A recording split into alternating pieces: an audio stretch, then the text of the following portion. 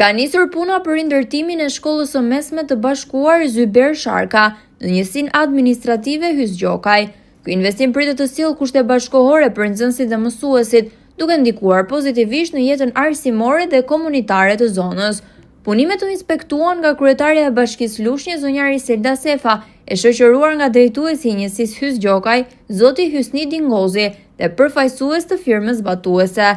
Gjatë vizitës ata konfirmuan se punimet janë në fazën e parë dhe po ecin sipas planit. Zonja Sefa theksoi rëndësinë e këtij investimi për komunitetin lokal, duke u siguruar se shkolla e re do të ofrojë një ambient të sigurt dhe modern për edukimin e brezave të rinj. Bashkia Lushnjë është e përkushtuar për të investuar në arsim, sidomos në zonat rurale ku nevoja për infrastrukturë është më e madhe.